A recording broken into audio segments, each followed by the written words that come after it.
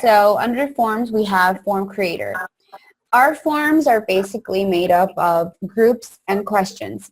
These groups could be different types, such as headers, drop-down lists, checkboxes, radio buttons. There's a lot of different group types that you can use depending on what form you have and how you want to design it. Now, what is in that group are the questions, which would be every element in the checklist. Also, the questions could be any real questions that you want answered at the radio button, et cetera, et cetera. Right now, I would be showing you guys kind of how that works. Okay, so this is where, in the form creator, this is where we actually assemble everything, all the groups and the questions. Now, where we make the groups and the questions is in Form Manager, okay? So first, we have to start with making the form. You choose a template. We have these templates for you.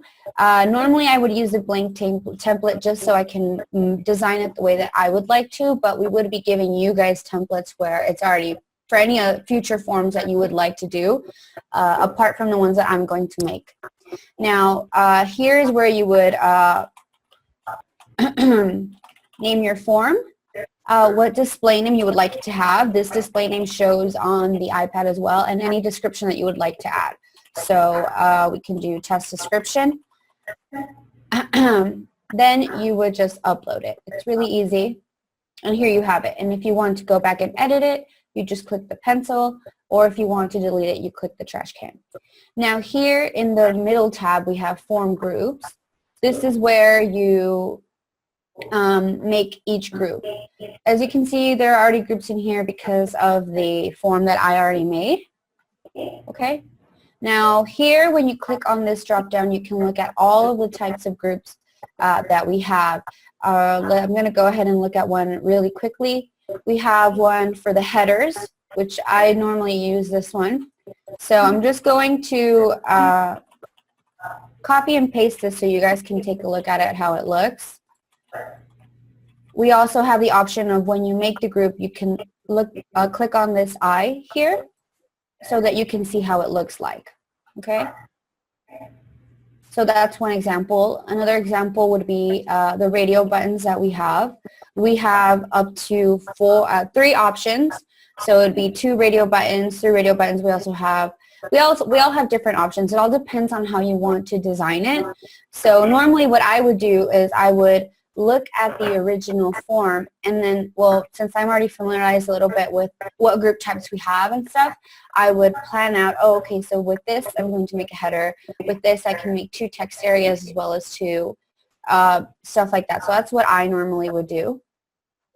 Then we also have the ability to attach pictures and the geotag. These groups do have to be in every form that you make so that that ability is available.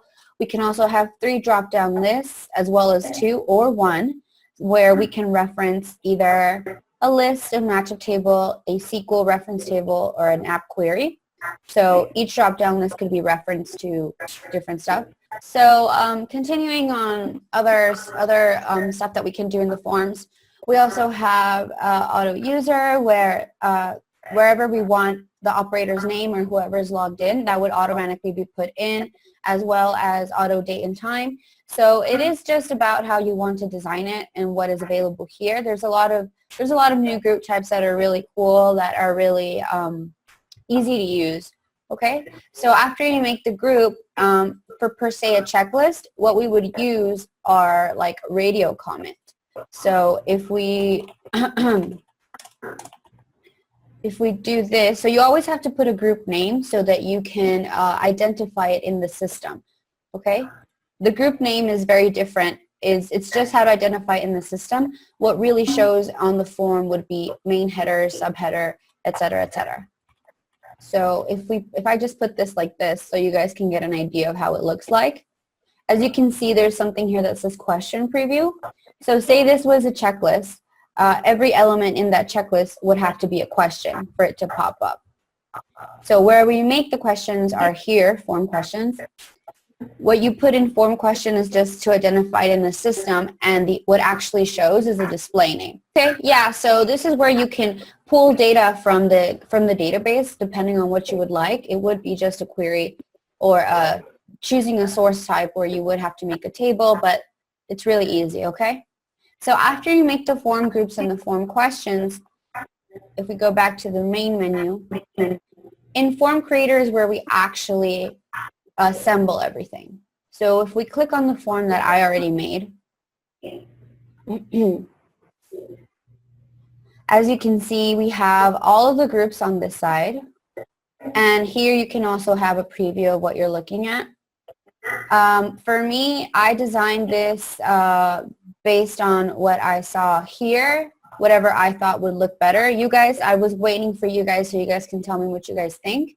So before we start looking at this, if we go to the third tab where it says Documents, here we can see all of the forms that we made, all of these saved and submitted forms. Now the difference between saved and submitted is that when you save a form, you can go back and edit it. But after you submit a form, it is locked. You cannot go back and change anything.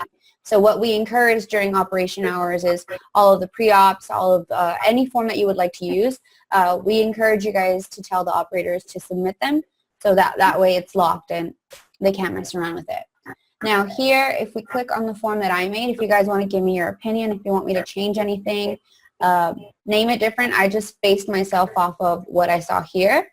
So we have the header that I saw on the top. The date and the operator name are auto-populated. The crew, I chose to do a drop-down, which are A, B, C, and D. And then these are two text areas for the unit number and the make and the model. Now for all of this that was right here, I decided to do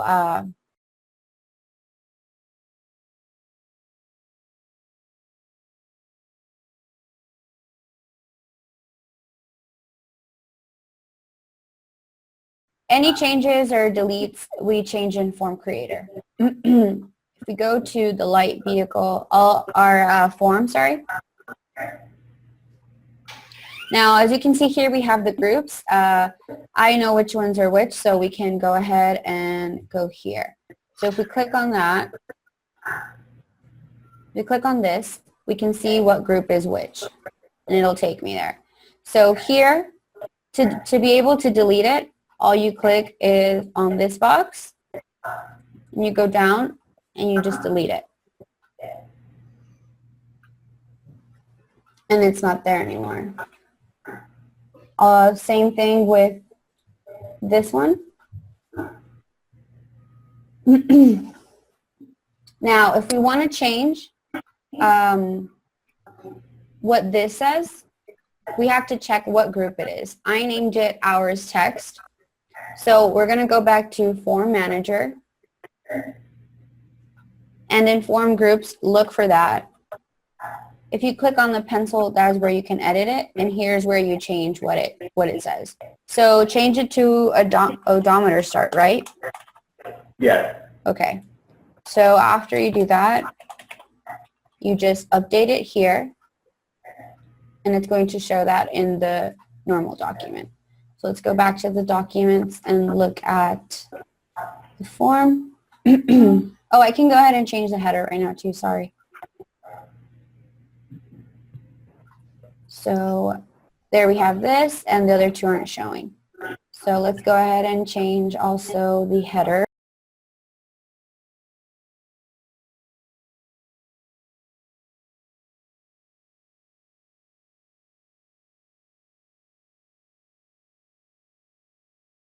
So I'll go ahead and change for the other two, but for now, let's just change this. And you said also for this one, right? Yeah. You don't need that third box. Total hours? Yeah. Okay, so the way I'm going to do this is right now I have this as 3 text boxes. If I just change it to 2,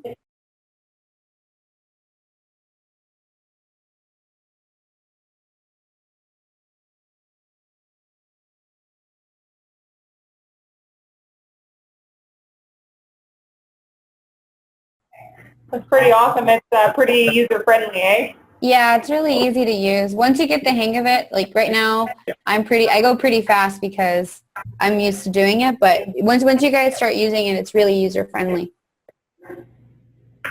Okay, so now we have that. and we also changed the header, okay?